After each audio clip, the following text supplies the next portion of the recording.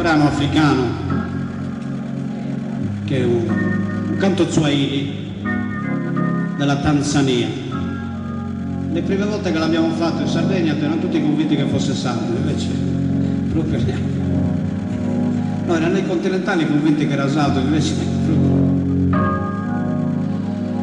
si chiama Malaika, è un brano che fa sempre una famosissima cantante africana che si chiama Miriam Makeba.